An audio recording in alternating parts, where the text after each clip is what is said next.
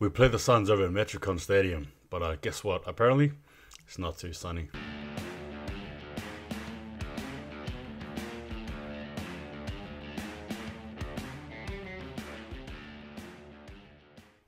Alright guys, hope you're well. Thanks again for tuning in to Don't Argue Podcast here. If you're new, don't forget to like, share, subscribe, all that good stuff there. Look guys, yes, this is a pre-game yarn, a pre-game chat where I give you guys my general thoughts on Freo's upcoming games, right? And in particular this one here, obviously against the Suns, round 9.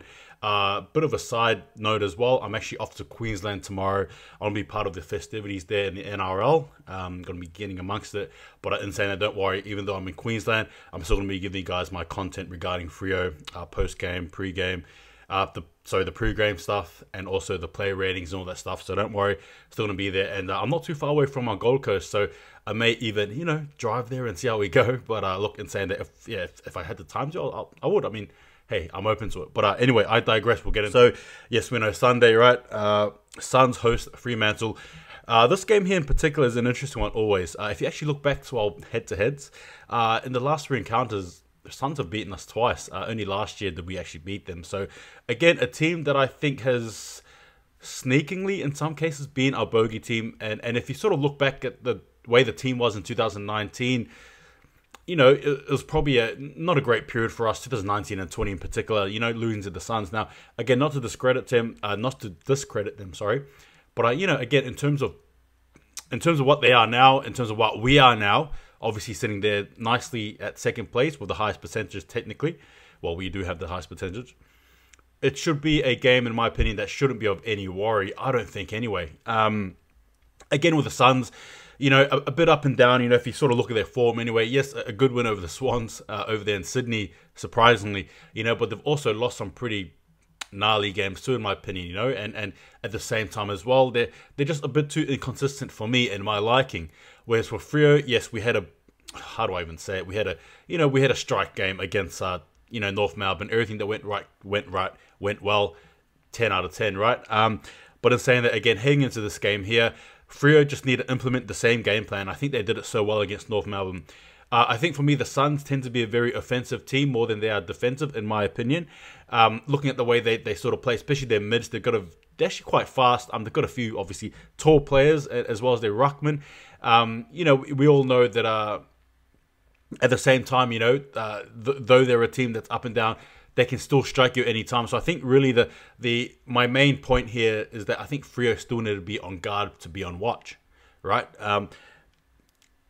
With a team like the Suns, it always is what it is, I suppose. Now with Freo, again, obviously, there is news reported that we're going to get some of our troops back, from the health and safety protocols thing. So again, more artillery for us, more numbers to use, more headaches for the coach, but that is okay as fans. I'm sure we love it. But look, in saying that as well, again, with this team here in particular, I don't think it should be too hard of a battle. If you sort of look at the way things have been anyway, like I said with the, I was touching on the head-to-head encounters before. So last year, Fremantle, we won 76-49. In 2020, we lost 64-51. I watched that game, and the year prior to that, it was 61-58 by 3 points.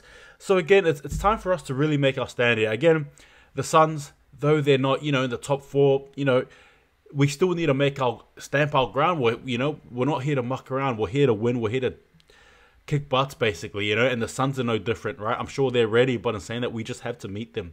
We need to meet fire with fire. I think, like I said, I think the mids for them are definitely something we've got to watch out for. But as far as I'm concerned with us, how do I even say this? Another thing as well, I touched on it before, and how dare I not even touch on it, but the weather may play an impact in the game as well, right? We've got to remember that. Slow, wet weather footy is not pretty on the eyes. But in saying that, that's when I think a lot of the basics of football really come into play, are very integral, I think, anyway. So, again, just keep a keen eye on that, because that may or may not change the game plan of how we play, as opposed to a dry track, obviously.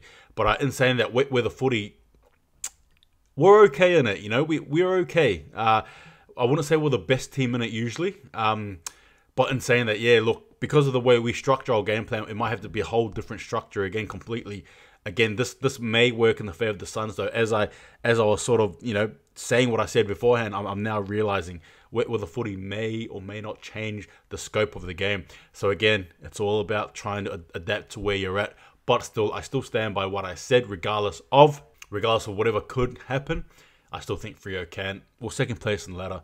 Look, heading up there to the Gold Coast, yeah, though it's not going to be sunny, I still think we'll get the job done. Give me your thoughts, guys. What do you think? And like I said, the added artillery boost will be good for us. But those are my thoughts there. And our preview game against the Suns. But in saying that, take it easy, guys. See you guys next time in Suns. Wrong time to host us, I'm telling you. Donarchy.